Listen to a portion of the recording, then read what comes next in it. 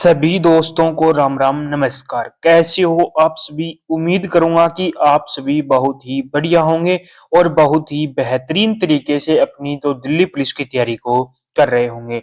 तो हम जो 40 दिन का जो चैलेंज लिया था उसके अंदर आज हमारा डे 7 रहने वाला है। डे 6 6 वीडियो मैंने अपलोड कर दिए हैं, तो एक बार वीडियो को आप शेयर जरूर कर दिया करो। उन बच्चों के पास पहुंचा दो जो अभी भी परेशान है कि हमारा सिलेक्शन होगा या नहीं होगा। तो उनके पास एक बार वीडियो शेयर जरूर कर देना और अपने जो मैथ के प्रैक्टिस सेट है उसके अंदर भी जल्द से जल्द आप जाकर जुड़ जाओ। काफी बच्चे नहीं जुड़ रहे हैं, तो एक बार प्रैक्टिस सेट के अंदर आप जाकर जुड़ना जरूर। उन प्रैक्टिस सेट का आपको फायदा पता कब मिलेगा?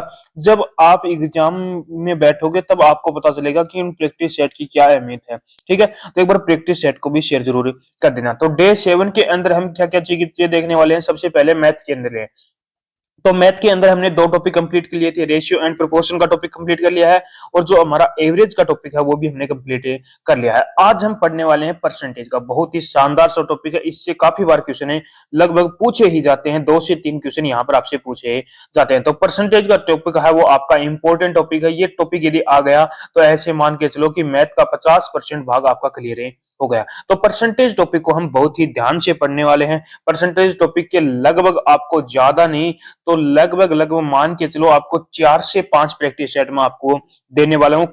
कल से आपके प्रैक्टिस सेट परसेंटेज का भी प्रैक्टिस सेट आपको देखने को मिल जाएगा। आज आपके एवरेज के प्रैक्टिस सेट और रेशियो के प्रैक्टिस सेट वो कंप्लीट हो चुके हैं। टोटल 6 प्रैक्टिस सेट आपके हो चुके हैं। तो एक बार उन प्रैक्टिस सेट को उन बच्चों के पास शेयर जरूर कर देना। तो आज का मैथ का जो टारगेट है वो आपका परसेंटेज का रहेगा। परसेंटेज को आपको 3 दिन के अंदर बहुत ही अच्छे तरीके से कंप्लीट करना है। उसके बाद में मैं बात करूं यहाँ पर हिस्ट्री की। हिस्ट्री के अंदर हमने कल पढ़ा था विजयनगर साम्राज्य पढ़ा था। विजयनगर साम्राज्य को आपने अच्छे तरीके से पढ़ लिया होगा।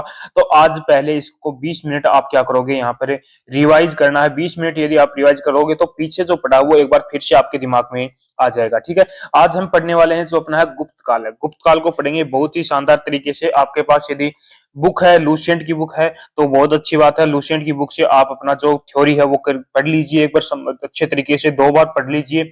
उसके बाद में आपको पीवाई की जरूर लगाने, चाहे कोई भी सब्जेक्ट पढ़ो आप पीवाई क्यू जरूर लगाया करो। उससे आपको बहुत ज्यादा फायदा रहने वाला। पीवाई क्यू में आपको एक तो ये चीजें पता चलेंगी कि हमसे किस प्रकार से क्वेश्चन पूछे जाते हैं। और जो हमने मैथ के प्रैक्टिस सेट स्टार्ट किए हुए हैं उनके अंदर पिछले साल के ही क्वेश्चन है। दिल्ली पुलिस के, दिल्ली पुलिस हो गई, एसएससी एमटीएस हो गई, एसएससी सीएचएस हो गई, उसके क्वेश्चन है जिससे आपको वो क्वेश्चन करोगे तो आपको पता चलेगा कि हमसे किस प्रकार से क्वेश्चन पूछे जाते हैं। तो उसी प्रकार आपको गुप्त काल के भी पीवाई के जरूर लगाने, जिससे आपको पता चलेगा कि गुप्त काल से कौन कौन से क्वेश्चन बार बार पूछे जाते हैं। तो ये आपका हिस्ट्री का हो गया।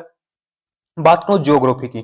ज्योग्राफी के अंदर हम कल ने पढ़ा था पवन और चक्रवात, दोनों चीजें पढ़ी थी। वो दोनों चीजें आपकी बहुत अच्छी तरीके से क्लियर होगी। तो 20 मिनट आप पहले इसको क्या करोगे, यहाँ पर रिवाइज करना। 20 मिनट लगती ही नहीं है। 20 मिनट यदि आप यहाँ पर यदि इसको रिवाइज करते हो तो अच्छा ऐसे मान के चलो कि आप लगभग आपके जो 90% चीजें तैयार थी वो अब क्या हो जाएंगी, 100% तैयार है आपकी हो जाएंगी। ठीक है, अब बात कर लेता हूं आज का जो अपना टारगेट रहता है वो विश्व के महाद्वीप रहेंगे। विश्व के महाद्वीप लूसेंट की बुक से आपको पहले उसकी थ्योरी अच्छी तरीके से तैयार करनी है। उसके बाद में इसके भी आपको पीवाईक्यू जरूर लगाने, चाहे कोई भी सब्जेक्ट करो पढ़ो, पीवाईक्यू आपको जरूर लगाने। ये हो गया आपका ज्योग्राफी का। उसके बाद में मैं बात करता हूँ स्टैटिक जीके। स्टैटिक जीके आपके लिए बहुत ज्यादा इंपॉर्टेंट है, क्योंकि स्टैटिक जीके के अंदर 16 से 20 क्वेश्चन आपको स्टैटिक जीके के अंदर देखने को मिलेंगे। तो स्टैटिक जीके का कल हमने पढ़ा था प्रमुख बंदरगाह टॉपिक पढ़ा था। आज हम पढ़ेंगे प्रमुख अनुसंधान संस्थान। ये टॉपिक भी आपका इंपॉर्टेंट रहने वाला। काफी बार एक क्वेश्चन, लगभग 1 या 2 क्वेश्चन यहाँ से पूछे जाते हैं। तो प्रमुख अनुसंधान संस्थान टॉपिक को आज हम टारगेट लेके चलेंगे। इस टॉपिक को बहुत अच्छे तरीके से पढ़ेंगे और इसके पीवाई क्यू जरूर लगाएंगे, यानी कि कौन कौन से प्रमुख अनुसंधान संस्थान है वो बार बार यहाँ पर पूछे जाते हैं, तो वो भी आपको पता चलेगा। तो ये हो गया आपका स्टैटिक जीके का टारगेट। उसके बाद में मैं बात करूं करंट अफेयर की। तो करंट अफेयर के अंदर हमने कल पढ़ा था 1 सितंबर से 15 सितंबर तक का करंट अफेयर। आज हम पढ़ेंगे 15 सितंबर से लेकर 30 सितंबर का जो भी करंट अफेयर है।